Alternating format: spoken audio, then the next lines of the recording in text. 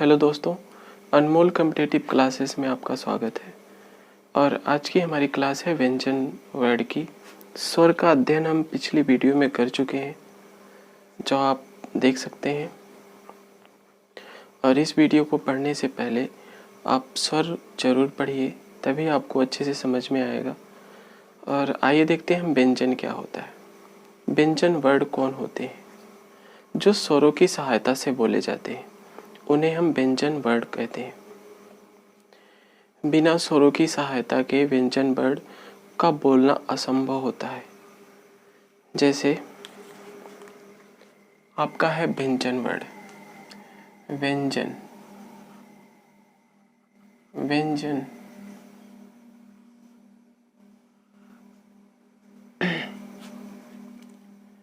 स्वरों की सहायता से जिनका उच्चारण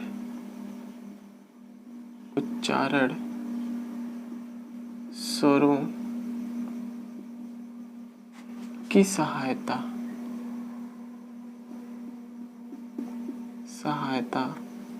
से हो, उन्हें हम क्या बोलते हैं? व्यंजन बोलते हैं। जिनका उच्चारण हम स्वरों की सहायता से करते हैं, उन्हें हम व्यंजन वर्ड बोलते हैं। प्रत्येक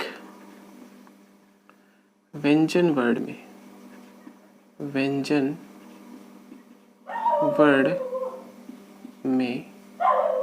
छोटा आ के, यानी प्रत्येक व्यंजन वर्ड जो होता है छोटा आ के मिलने से होता है। छोटा आ के मिलने से बना होता है। ठीक है, इस छोटा आ के बिना व्यंजन वर्ड का उच्चारण संभव नहीं होता है। यानी जिनका उच्चारण हम स्वरों के सहयोग अथवा सहायता से करते हैं, उन्हें हम व्यंजन वर्ड बोलते हैं। और प्रत्येक व्यंजन वर्ड होता है, उसमें छोटा आ से वो मिलकर के बना होता है। ठीक है, बिना छोटा आ के इस व्यंजन वर्ड का होना असंभव होता है। बिना छोटा आ के ये जो व्यंजन वर्ड होता है, ये क्या होगा आपका नहीं हो सकता है। तो इनकी जो संख्या होती है, कुल कितनी होती है? 33 होती है।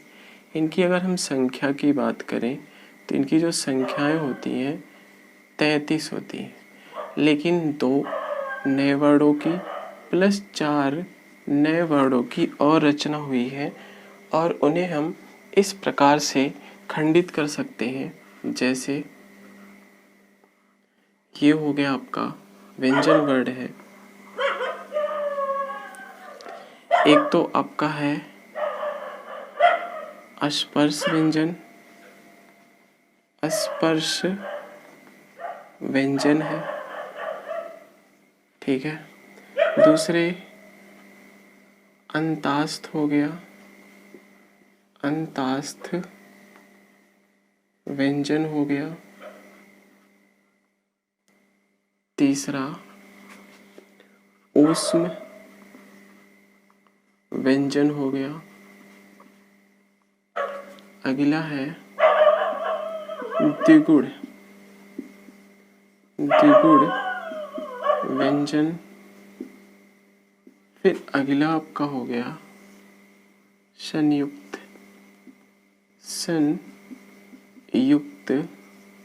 व्यंजन।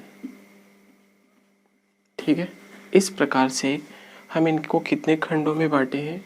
टोटल 5। ठीक है, 5 खंडों में डिवाइड कर दिए हैं। ये जो आपका है स्पर्श व्यंजन की जो संख्या होती है वो कुल कितनी होती है? 25 होती है। इनकी संख्या टोटल कितनी होती है? 25 होती है। 25 में कौन कौन आते हैं? एक तो आपका आता है का वर्ग, दूसरा आ गया चा वर्ग,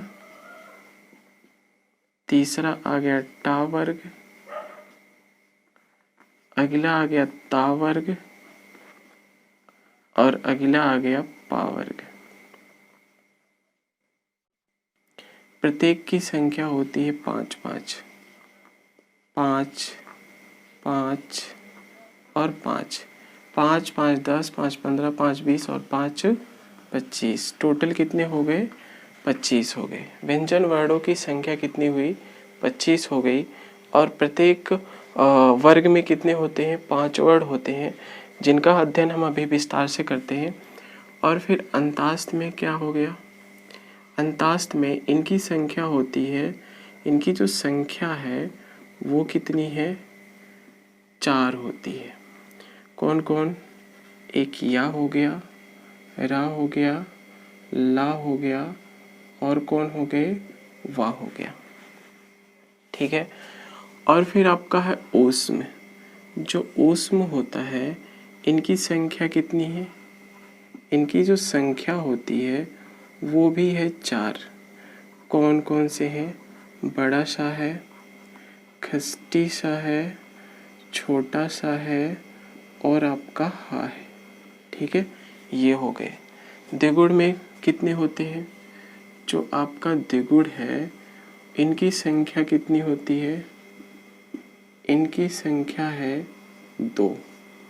कौन कौन से हैं? एक ये है और एक ये।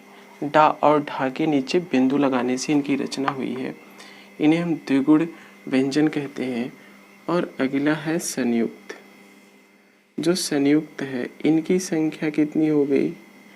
इनकी संख्या है टोटल 4 होती है। कौन कौन? एक है आपका 6 है, अगला है 3 है, फिर अगला है क्या है, फिर अगला है श्रा है। ठीक है, 6 त्राई क्या और श्रा हो गया। तो दोस्तों देखिए 25, ये 25 हो गया, 4 हो गया और 4 हो गया। तो टोटल कितने हो गए? 25, 4 और 4, 33 हो गया। प्लस ये नए वर्ड हैं 2 + 4। ये जो द्विगुण और संयुक्त हिंदी वर्णमाला के नए वर्ड हैं, ठीक है, जो कितने हैं? 2 हैं और 4 हैं, 6 हो गए। ठीक है, टोटल कितने हो गए? 33 तो ये थे ही, 2 ये हो गए, 4 ये हो गए। कुल कितने हो गए? टोटल आपके हो गए 39। ठीक है, व्यंजन वर्ड हो गए। तो चलिए इनके बारे में हम सभी व्यंजन वर्डों का अध्ययन करते हैं। सबसे पहले तो हम लोग पढ़ेंगे इसको, स्पर्श व्यंजन को। जो आपका ये स्पर्श व्यंजन है, ये क्या है? आपके स्पर्श व्यंजन के अंतर्गत कौन कौन से आते हैं? एक तो आपका आ गया का वर्ग, एक है आपका का वर्ग। का वर्ग के अंतर्गत का, खा, गा, घा, ङा हो गया आपका। ठीक है, का, खा, गा, घा, ङा हो गया। और चा वर्ग के अंतर्गत चा वर्ग, इसके अंतर्गत कौन आते हैं? एक तो आपका आ गया चा, दूसरा आ गया आपका छ, तीसरा आपका आ गया ज, और फिर झ, फिर इया आ गया। टा वर्ग के अंतर्गत, टा वर्ग के अंतर्गत आपका आ गया टा, ठा, डा, ढा, उड़ा आ गया। ता वर्ग के अंतर्गत, ता वर्ग के अंतर्गत एक आपका आ गया ता, थ, दा, धा, और ना आ गया। पा वर्ग के अंतर्गत पा आ गया, फा आ गया, बा आ गया, भा आ गया, और फिर मा आ गया। तो इस प्रकार से हो गए। अब इनको हम क्या कर देते हैं? डिवाइड कर देते हैं ऐसे।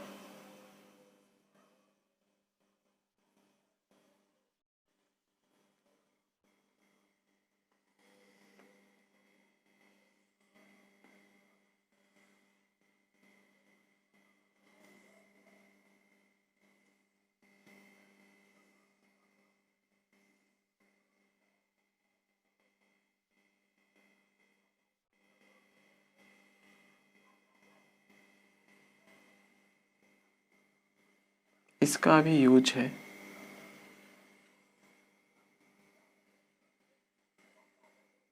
ठीक है, इसकी हम नंबरिंग कर देते हैं। ये जो खंड है 1 मान लेते हैं, ये वाला जो है 2 मान लेते हैं, इस वाले को 3 मान लेते हैं, इसको 4 मान लिया जाता है और इसको मान लेते हैं 5।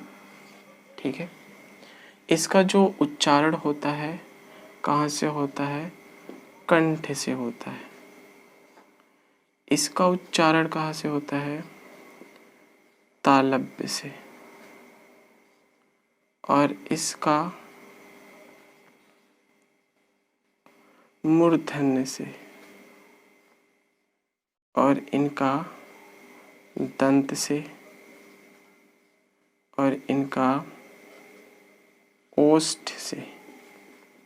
ओष्ठ से ये है क्या? उच्चारण स्थान। ये है आपका उच्चारण स्थान, यानी स्पर्श व्यंजन की ये ग्राफ बन गया स्पर्श व्यंजन का। और इसमें उच्चारण स्थान कंठ, तालव्य, मूर्धन्य, दंत और ओष्ठ हो गया। और कंठ हम पढ़ चुके हैं पीछे कि जो स्पर्श व्यंजन है उसमें का वर्ग है, चा वर्ग है, टा वर्ग है, ता वर्ग है, पा वर्ग है। प्रत्येक में 5-5 वर्ड है, का, खा, गा, घा, अंगा, सब में 5-5 वर्ड है। इनमें सभी में कितने कितने वर्ड होते हैं? 5-5 वर्ड होते हैं इन वर्डों की संख्या। और हम इन सभी वर्डों को, ये जो 5वां नंबर है ये वाला, ये जो आपकी नंबरिंग है ये, इसको बोलते हैं अनुनासिक। अनुनासिक अनुनासिक वर्ड होते हैं, या इन्हें हम बोलते हैं पंचमाक्षर। ठीक है, इन्हें हम क्या बोलते हैं? ये जो 5वें नंबर का ये वाली लाइन है, इनको हम बोलते हैं अनुनासिक वर्ड बोलते हैं या फिर पंचमाक्षर बोलते हैं। आइए हम लोग जानते हैं उच्चारण स्थान क्या होता है। जो आपका है उच्चारण स्थान, उच्चारण स्थान क्या है? जो हिंदी वर्णमाला के सभी वर्ड हैं वह मुख के भिन्न भिन्न स्थानों से बोले जाते हैं। ठीक है, जिन्हें हम क्या बोलते हैं? उच्चारण स्थान बोलते हैं। यानी इसकी परिभाषा भी आप लिख सकते हैं कि सभी वर्डों को मुख के भिन्न भिन्न स्थानों से बोला जाता है। ठीक है, बोला जाता है, जिसे हम क्या बोलते हैं? उच्चारण स्थान कहते हैं। जो उच्चारण स्थान है, मुख के कुल 6 भाग होते हैं। उच्चारण स्थान मुख के कितने भाग हैं? कुल 6 भाग हैं। ठीक है, ये 6 भाग कौन कौन से हैं? एक तो आपका हो गया कंठ, दूसरा हो गया तालु, तीसरा हो गया मूर्धा, और फिर अगला हो गया दांत, अगला हो गया ओंठ, अगला हो गया नाक। कुल कितने हो गए? 1 2 3 4 5 और 6। इन 6 स्थानों से, इन्हीं स्थानों से सभी वर्णमाला के वर्ड उच्चरित और अनुशासित होते हैं। इन्हीं 6 स्थानों से वर्णमाला के सभी वर्डों का उच्चारण किया जाता है और इन्हीं को हम बोलते हैं उच्चारण स्थान बोलते हैं। ठीक है, ये जो आपका उच्चारण स्थान है, ये वर्णमाला 6 प्रकार के हैं। इनको हम क्या कहते हैं? इनको एक श्रेणी में रखा गया है। इनके लिए एक श्रेणी बनाई गई है, अर्थात इनकी एक श्रेणी है जिनको एक श्रेणी या वर्ग में रखा गया है। श्रेणी, इनकी एक श्रेणियों या फिर वर्गों, ठीक है, में क्या किया गया है? रखा गया है। वो कौन कौन से हैं? एक तो आपका है कंठ हो गया, ठीक है, एक है आपका कंठ हो गया, कंठ। कंठ का मतलब क्या होता है? मतलब जिनका उच्चारण कंठ प्लस कंठ प्लस निचले जीभ के स्पर्श स्पर्श से बोले जाने वाले वर्ड, जाने वाले वर्ड को हम किस नाम से इनको क्या करते हैं? कंठ से इनका उच्चारण होता है। कंठ ये वर्ग श्रेणियों में रखा गया। एक कंठ है, कंठ प्लस जीभ का जो निचला हिस्सा होता है जिनसे उनका उच्चारण होता है, उनका उच्चारण स्थान क्या कहलाता है? कंठ कहलाता है। ठीक है, अगला क्या हो गया? एक तो आपका कंठ हो गया, दूसरा हो गया कंठ, अगला हो गया आपका मूर्धन्य हो गया, अगला हो गया मूर्धन्य। ठीक है, एक कंठ हो गया, अगला हो गया मूर्धन्य। मूर्धन्य मतलब मूर्धा प्लस जीभ के स्पर्श से। जो वर्ड मूर्धा और जीभ के स्पर्श से बोले जाते हैं उन्हें क्या बोलते हैं? उच्चारण स्थान का नाम क्या होता है? मूर्धन्य होता है। अब यहाँ से तालु, एक चीज और हम सीखते हैं, तालु क्या होता है?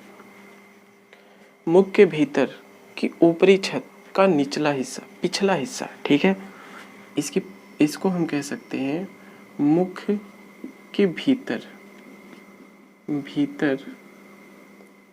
ऊपरी हिस्से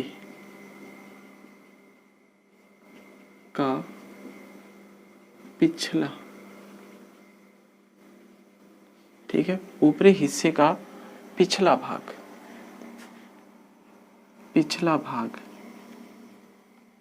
क्या कहलाता है? तालु कहलाता है। ठीक है, इसको हम क्या कहते हैं? तालु बोलते हैं। अब मूर्धन्य की बात कर लेते हैं। इसको मूर्धन्य किसे कहते हैं? मुख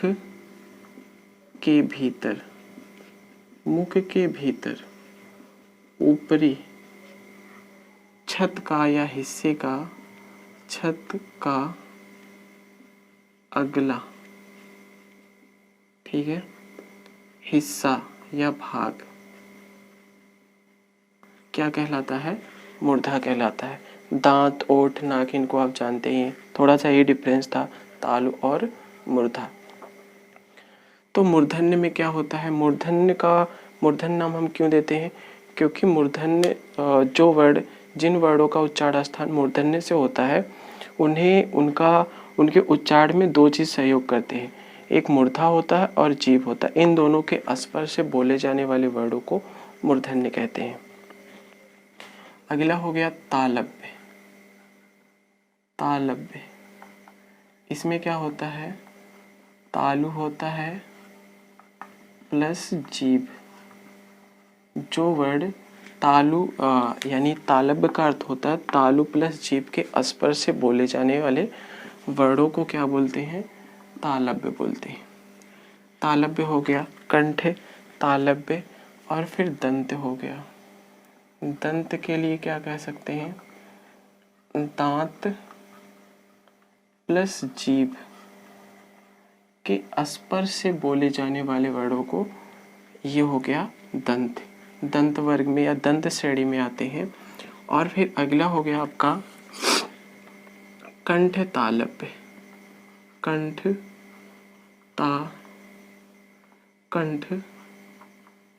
तालव्य, ठीक है, इनका उच्चारण कंठ प्लस तालु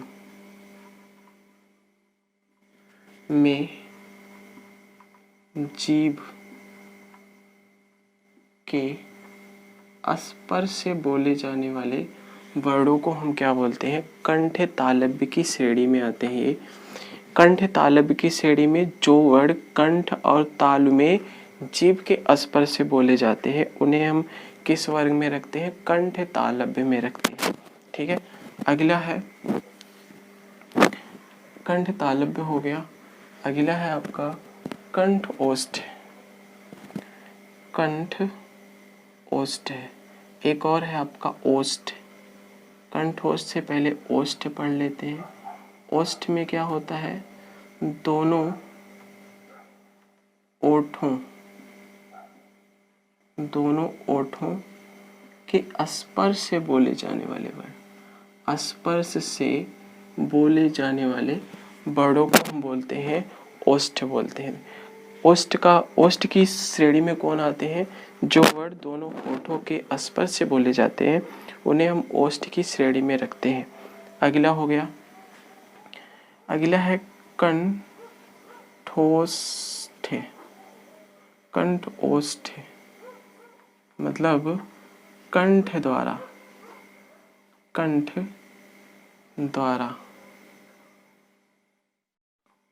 जीभ प्लस ओंठ के स्पर्श से बोले जाने वाले वर्ड, स्पर्श से बोले जाने वाले वर्डों को किन श्रेणियों में रखा जाता है? कंठ ओष्ठ की श्रेणी में रखा जाता है। और दंतोष्ठ,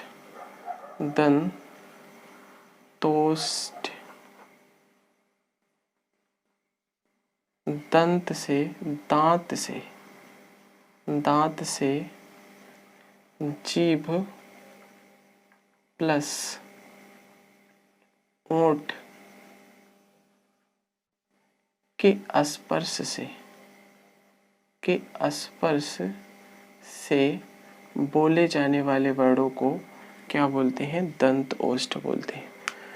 तो दोस्तों इसको एक बार और हम अच्छे से समझते हैं। जो हमारा उच्चारण स्थान है वो क्या होता है?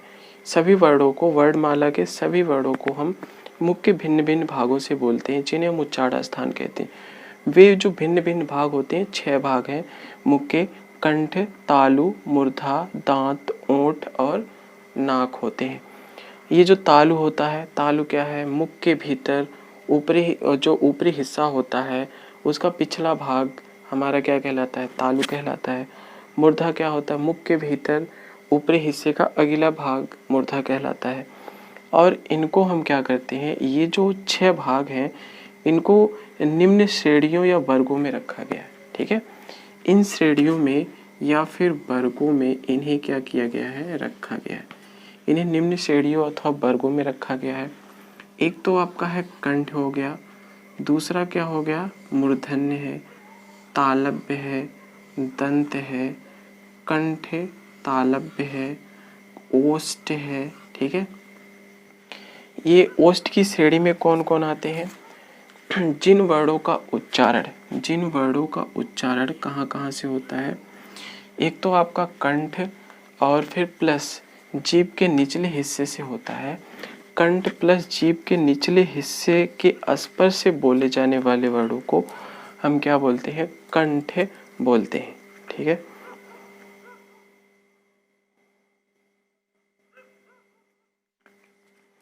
यहाँ से हम कह सकते हैं कि जो हमारा वर्ड है कंठ है, कंठ की जो श्रेणी में आते हैं वो कौन से वर्ड होते हैं, किन किन स्थानों से किनके स्पर्श से बोले जाते हैं जिन्हें हम कंठ की श्रेणी में रखते हैं। वे जो वर्ड हैं आपके वे कौन कौन से हैं? ठीक है, ये जो वर्ड हैं वे कौन कौन से वर्ड हैं? एक तो होता है जिन वर्डों का उच्चारण करते समय कंठ और जीभ के निचले हिस्से के स्पर्श, यानी कंठ और जीभ के निचले हिस्से के स्पर्श से बोले जाने वाले वर्ड किसके श्रेणी में आते हैं? ये कंठ की श्रेणी में आते हैं। ठीक है, और मूर्धन्य है मूर्धा के बारे में हम बता चुके हैं। मूर्धा प्लस जीभ के स्पर्श से बोले जाने वाले वर्डों को मूर्धन्य बोलते हैं। तालव्य क्या होता है? तालु प्लस जीभ के स्पर्श से, प्लस का अर्थ होता है तथा या फिर और, आप कुछ भी कह सकते हो। तालव्य का अर्थ होता है तालु प्लस जीभ के स्पर्श से बोले जाने वाले वर्डों को तालव्य कहते हैं। दंत का अर्थ होता है जिन वर्डों का उच्चारण दांत प्लस जीभ यानी दांत प्लस जीभ के स्पर्श से बोले जाने वाले वर्डों को दंत बोलते हैं। कंठ तालव्य का अर्थ क्या हो गया, कंठ प्लस तालु में जीभ के स्पर्श से। देखिए यहाँ पर है कंठ प्लस तालु में, इनमें जीभ के स्पर्श से। जब कंठ और तालु में जीभ का स्पर्श होता है तो वे किसके श्रेणी में आते हैं, कंठ तालव्य की श्रेणी के अंतर्गत आते हैं। ओष्ठ क्या होता है, जब जिन वर्णों का उच्चारण हम दोनों होठों से करते हैं, जैसे पा फा दोनों होठों का प्रयोग होता है, तो इन्हें हम क्या बोलते हैं, ओष्ठ बोलते हैं। अगला हो गया, नेक्स्ट है ये वाला है आपका कंठोष्ठ। यानी यहाँ से देखिए दो बातें हैं, एक तो कंठ हो गया, दूसरा जीभ प्लस होठ, दो चीजें हैं। जिन वर्णों का उच्चारण कंठ द्वारा जीभ तथा जीभ प्लस होठ के स्पर्श से बोले जाते हैं, जो वर्ड कंठ द्वारा जीभ तथा होठों के कुछ स्पर्श से, ठीक है, यहाँ से आप लिख सकते हैं कुछ स्पर्श से, ज़्यादा नहीं, कुछ स्पर्श से जो बोले जाते हैं उन्हें हम बोलते हैं कंठोष्ठ बोलते हैं। दांत से जीभ और होठों के कुछ स्पर्श से, ठीक है, कुछ स्पर्श से बोले जाने वाले वर्डों को दंत ओष्ठ बोलते हैं, ठीक है। तो यहाँ पर आपका ये हो गया उच्चारण स्थान। उच्चारण स्थान के बाद हम लोग पढ़ते हैं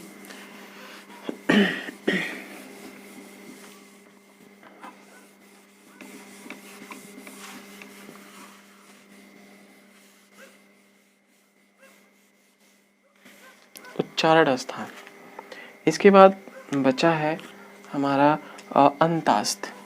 अंतास्थ क्या है, अंतास्थ व्यंजन। अंतास्थ व्यंजन हम लोग स्पर्श के बारे में पढ़ चुके हैं। ये था आपका स्पर्श व्यंजन। जिन व्यंजन वर्णों का, इसकी परिभाषा भी आप दे सकते हैं, जिन व्यंजन वर्णों का उच्चारण कंठ तालु मूर्धा दंत और होष्ठ से होता है उन्हें हम क्या कहते हैं, स्पर्श के स्पर्श से होता है उन्हें स्पर्श व्यंजन कहते हैं। अगला है आपका अंतास्थ व्यंजन हो गया। अंतास्थ व्यंजन के अंतर्गत कौन आता है, एक आपका या आता है, रा आता है, ला आता है और फिर अगला है वा आता है, या रा ला वा, ठीक है। ये क्या है आपका, जो आपका या रा और ला होता है इनको क्या बोलते हैं, इसे, इसका जो उच्चारण स्थान है वो क्या होता है, तालव्य होता है, ठीक है। इसका जो उच्चारण स्थान होता है ये है मूर्धन्य हो गया, इसका उच्चारण स्थान हो गया दंत हो गया, इसका उच्चारण स्थान इसका उच्चारण स्थान हो गया दंत ओष्ठ हो गया, ठीक है। ये क्या है, इनके उच्चारण स्थान है, उच्चारण स्थान, ये उच्चारण स्थान है। और फिर हम क्या कर सकते हैं, इनके जो उच्चारण स्थान है ये जो आपका है या, ये वाला है, इसे हम बोलते हैं अर्ध स्वर। अर्ध स्वर भी से जानते हैं, ठीक है। ये क्या है, टू का अर्थ होता है भी, दूसरे नाम से जानते हैं, इसे अर्ध स्वर के नाम से भी जाना जाता है। और ये जो हो गया आपका ये वाला, इसको हम क्या कह सकते हैं, रा को लुंठित, इसको लुंठित वर्ड भी कहते हैं। इसको क्या कहते हैं, ला जो है आपका, इसको कहते हैं पार्श्विक भी बोलते हैं, इसको पार्श्विक बोलते हैं। और इसको क्या बोलते हैं, इसको अर्ध स्वर, इसको भी बोला जाता है, अर्ध स्वर बोलते हैं, ठीक है। अब इसको हम लुंठित क्यों बोलते हैं, ये जो लुंठित है, लुंठित बोलने का क्या मतलब हो गया, लुंठित होता है का उच्चारण, कि उच्चारण में जीभ तालु से लुढ़क कर स्पर्श करे। ठीक है, मतलब जिनके ये रा वाला रा वर्ड को हम लुंठित वर्ड भी बोलते हैं। इसमें क्या होता है, इसके उच्चारण में जीभ जो होती है तालु से लुढ़क करके स्पर्श करती है, इसलिए इसे हम क्या बोलते हैं, लुंठित वर्ड बोलते हैं। और ये जो है पार्श्विक, इसको पार्श्विक क्यों बोला जाता है, ये जो पार्श्विक है इसको पार्श्विक क्यों बोलते हैं, क्योंकि इसके उच्चारण में जो वायु होती है जीभ के बगल से निकलती है। यहाँ से आप कह सकते हैं कि उच्चारण में वायु जीभ के बगल से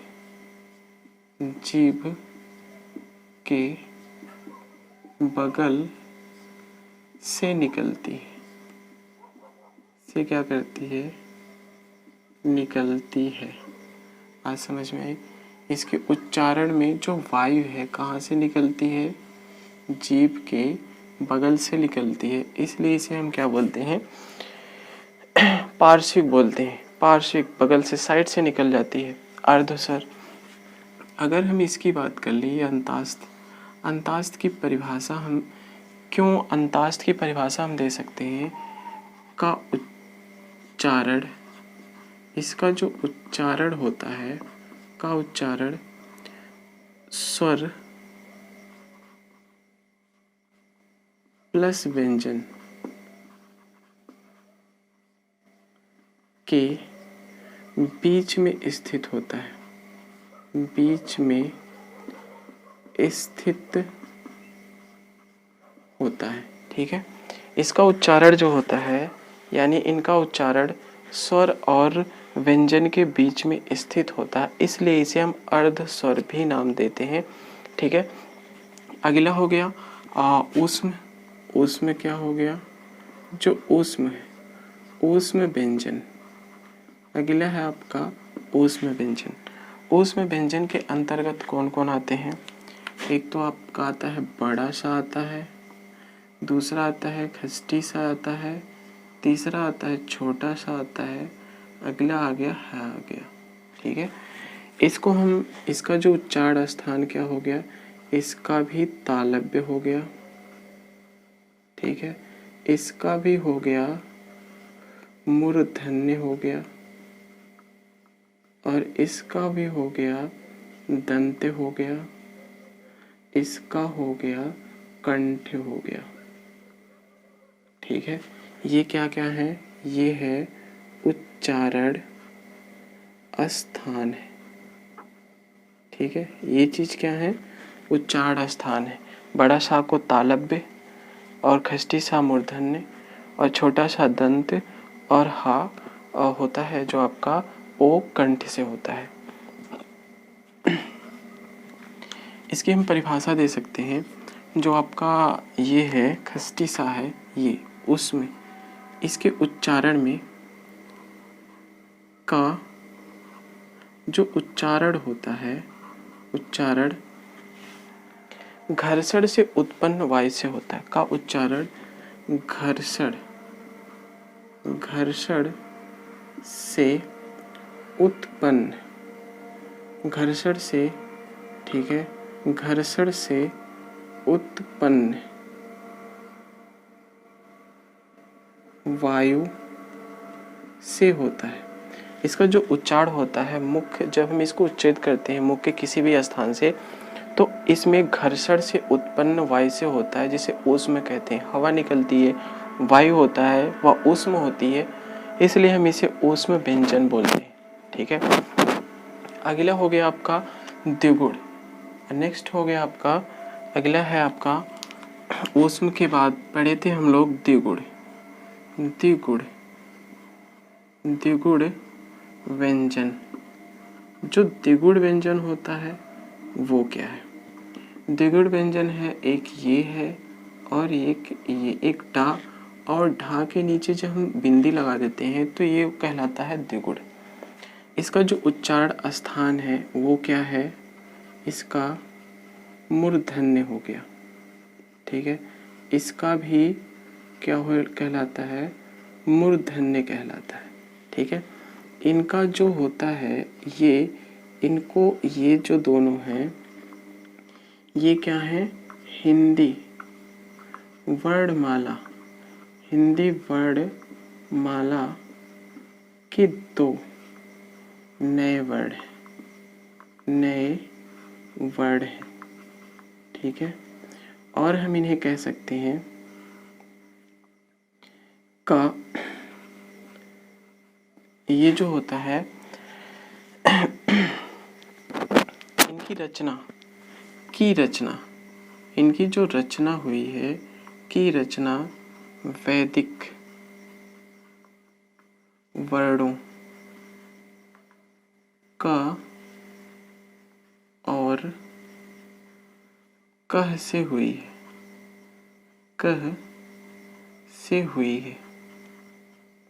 ठीक है, इनकी जो रचना हुई है वैदिक वर्णों का और कह से हुई है। इन्हें एक नाम से और भी जानते हैं।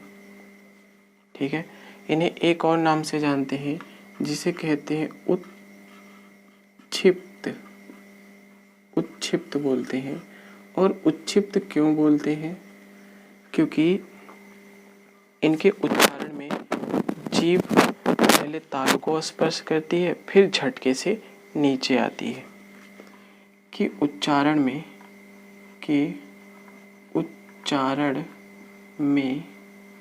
जीभ फर्स्ट यानी पहले मूर्धा, तालु नहीं मूर्धा, ठीक है, मूर्धा को स्पर्श करे तथा फिर तुरंत झटके से नीचे आए, तुरंत झटके से क्या हो, नीचे आए। ठीक है, पहले इसमें क्या होता है, जो जीभ होती है, जो हमारी जीभ है वह पहले मूर्धा को स्पर्श करती है फिर झटके से नीचे आती है, तो उसे हम बोलते हैं उच्छिप्त कहते हैं। उसका नाम उच्छिप्त दिया गया है। द्विगुण व्यंजन में डा और ढा के नीचे बिंदु लगाने से हुई है। ये हिंदी वर्णमाला के दो नए वर्ड हैं। इनकी जो रचना हुई है, इनकी रचना जो हुई है वैदिक वर्ड, इम्पॉर्टेंट है, वैदिक वर्ड के का, एक का है और दूसरा का है, एक का है और दूसरा कह, वैदिक वर्ड का और कह से हुई है। इन्हें हम उच्छिप्त वर्ड भी बोलते हैं। इनका जो उच्चारण स्थान होता है वो क्या है, मूर्धन्य। ठीक है, अगला है आपका संयुक्त, लास्ट है संयुक्त व्यंजन। संयुक्त व्यंजन के अंतर्गत कौन कौन आते हैं, एक आपका आ गया छ, फिर त्र, फिर ज्ञा और फिर क्या आ गया, स्र आ गया। ये किन चीज से संयुक्त होकर के मिला है, बना है, का प्लस खष्टी सा के संयुक्त वर्डों से मिलकर बना है। और फिर छ, ता है, ता धन रा, और ये किससे, ज्ञा, ज धन इया, और ये जो बना है वो किससे बना है, बड़ा शा और धन रा से मिल करके बना है। तो हमारे इतने व्यंजन वर्ड हम स्टार्टिंग में पढ़े थे। एक तो आपका ये अस्पर्श हो गया, ये अंतास्थ हो गया, ये उष्म हो गया, ये द्विगुण हो गया और ये क्या हो गए, संयुक्त हो गए। तो दोस्तों इन व्यंजन वर्डों का जो हमारा उच्चारण होता है, व्यंजन वर्डों का जो उच्चारण होता है वो क्या होता है, व्यंजन वर्डों का उच्चारण दो आधार पर होता है। एक तो आपका प्राणत्व के आधार पर होता है, दूसरा घोषत्व के आधार पर होता है। प्राणत्व के आधार पर दो प्रकार से होता है, एक अल्प प्राण, दूसरा महाप्राण। घोषत्व के आधार पर दो प्रकार से होता है, एक अघोष होता है, दूसरा होता है सघोष होता है। एक अघोष हो गया और दूसरा क्या हो गया, सघोष हो गया।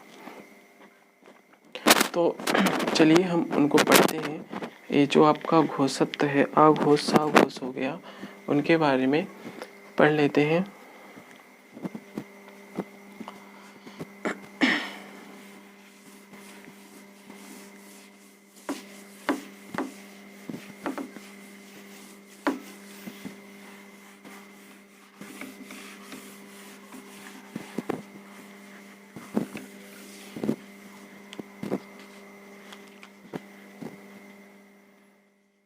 व्यंजन वर्णों का उच्चारण, इनका जो उच्चारण होता है वो कुछ इस प्रकार से होता है, दो आधार पे किया जाता है। नंबर एक है आपका, नंबर एक है प्राणत्व के आधार पर, प्राणत्व के आधार पर होता है। दूसरा है घोषत्व के आधार पर होता है। जो प्राणत्व के आधार पर होता है, एक प्राणत्व के आधार पर हो गया, दूसरा हो गया आपका घोषत्व के आधार पर। दो आधारों पर किया जाता है। इन दोनों आधारों को हम इस प्रकार से बांट देते हैं, ये भी दो आधारों पर होता है।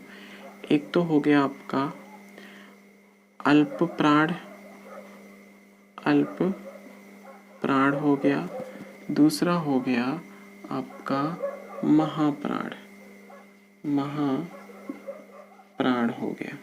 ठीक है, एक आपका अल्प प्राण हो गया, दूसरा क्या हो गया, महाप्राण हो गया। अल्प प्राण के अंतर्गत कौन कौन से आते हैं? एक तो आता है 135 प्लस अंतास्थ, जिनके बारे में हम पढ़ चुके हैं। अब ये 135 क्या है, इसको समझते हैं। ये एक नंबर जो है, इसमें का, च, ट, त, पा, ये 1 के अंतर्गत आते हैं। और 3 के अंतर्गत कौन कौन आते हैं? ग, ज, ड़, द और बा, ये 3 के अंतर्गत। 5 के अंतर्गत ये सारे वर्ड आते हैं, जिन्हें हम पंचमाक्षर बोलते हैं या फिर अनुनासिक बोलते हैं। और अंतास्थ यार अलावा ये अंतास्थ हो गया। और फिर हम इसे क्या कह सकते हैं, ये जो होता है, इस अंतास्थ अल्प प्राण यानी के का अर्थ हो गया अल्प प्राण के उच्चारण में मुख से कम वायु निकलती है, कम वायु निकलती है। ठीक है, निकलती है, कम वायु इम्पॉर्टेंट है। जिन वर्णों के उच्चारण में मुख से कम वायु बाहर निकले उन्हें हम बोलते हैं अल्प प्राण। 135 प्लस अंतास्थ। अगला है महाप्राण। इसके अंतर्गत कौन कौन से आते हैं? इसके अंतर्गत आता है, एक तो आपका हो गया 24 प्लस ऊष्म। ठीक है, 24 हो गया और फिर कौन हो गया, ऊष्म हो गया। 24 के अंतर्गत 2, ये देखिए ख, छ, ठ, थ और फा, ये 2 हो गए। ये सारे किसके अंतर्गत है? 2 प्लस 4 घ, झ, ड, ध और भ, ये 4 के अंतर्गत आ गया। और ऊष्म बड़ा सा, खष्टी सा, छोटा सा और हा, ये ऊष्म के अंतर्गत आ गए। और इनकी परिभाषा में भी हम कह सकते हैं, इसमें लिख सकते हैं कि उच्चारण में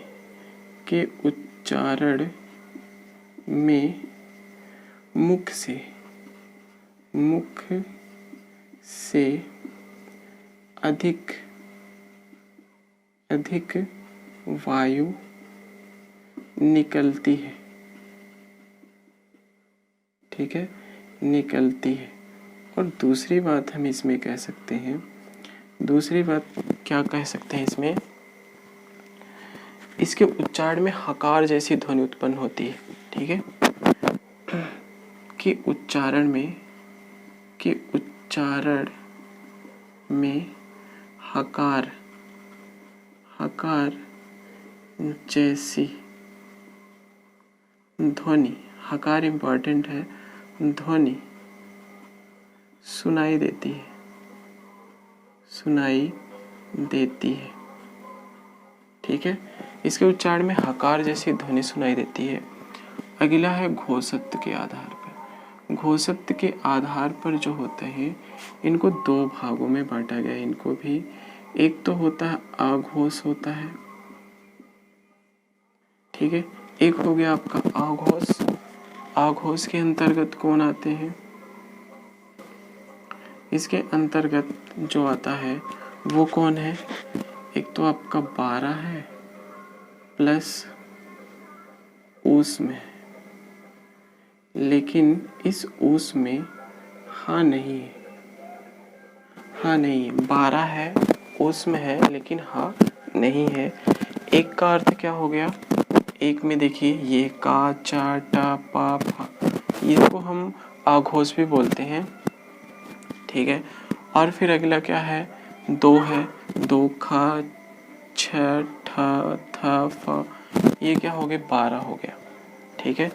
और फिर उसमें सारे हैं, बड़ा सा, खस्टी सा, छोटा सा है, लेकिन हाँ नहीं है, इसलिए हम यहाँ पे हाँ को कट कर दिए हैं। अब यहाँ से हम इसकी परिभाषा अगर जब देंगे तो ये क्या होगा, यहाँ से हम कह सकते हैं, ये जो परिभाषित इसे करेंगे आप, इसके उच्चारण में मुख्य जो स्वर तंत्रियों में कंपन नहीं होता है, ठीक है, कि उच्चारण में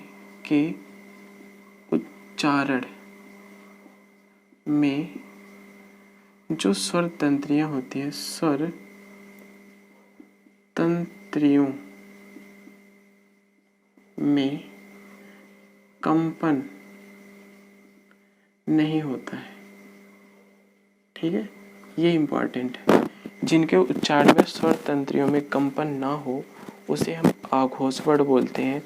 और आघोष वर्ण के अंतर्गत 1 2, ठीक है, 1 2 का अर्थ आप समझ रहे हैं, ये जो हम कॉलम बनाए हैं इसमें ये वाली लाइन और ये वाली लाइन सारे वर्ड, और ऊष्म है लेकिन हाँ नहीं है।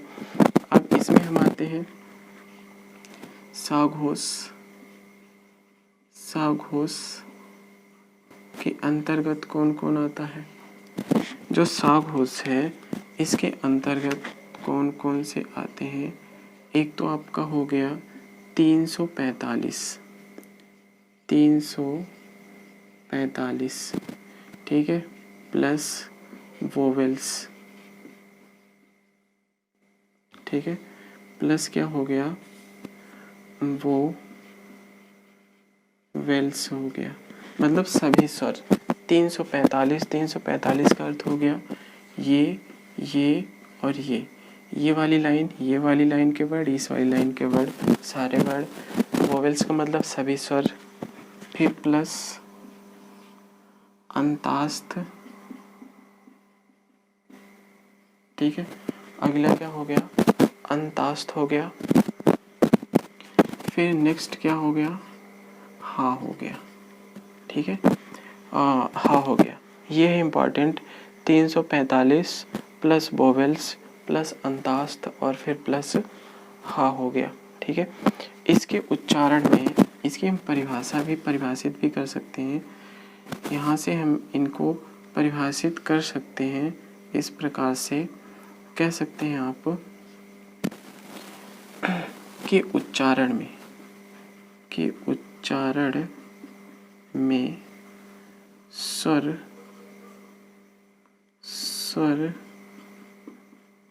तंत्रियों में कंपन होता है।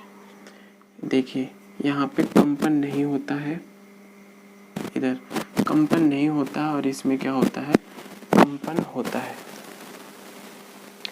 तो दोस्तों ये था व्यंजन वर्णों का उच्चारण दो आधारों पर, प्राणत्व के आधार पर, घोषत्व के आधार पर। प्राणत्व के आधार पर दो प्रकार से, एक अल्प प्राण होता है, दूसरा महाप्राण हो गया। जो अल्प प्राण होते हैं उसमें कौन कौन से वर्ड आते हैं, 135 अंतास्त, इनको हम समझा चुके हैं आपको कैसे होते हैं 135। इसको अल्प प्राण क्यों कहते हैं, क्योंकि बोलते समय कम वायु मुख से बाहर आती है। महाप्राण 224 और उसमें ये महाप्राण वाले वर्ड हैं और इनके उच्चारण में मुख से अधिक वायु निकलती है, हकार जैसी ध्वनियाँ सुनाई देती हैं। आघोष घोषत्व के आधार पर दो प्रकार होता है, एक आघोष हो गया, दूसरा हो गया साघोष हो गया।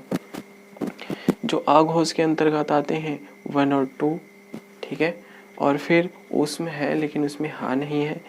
इसमें स्वर तंत्रियों में जो स्वर तंत्रियाँ हैं उनमें कंपन नहीं होता है, और जबकि साघोष में स्वर तंत्रियों में कंपन होता है, इसमें नहीं होता और इसमें होता है। बस इतना याद रखना आपको।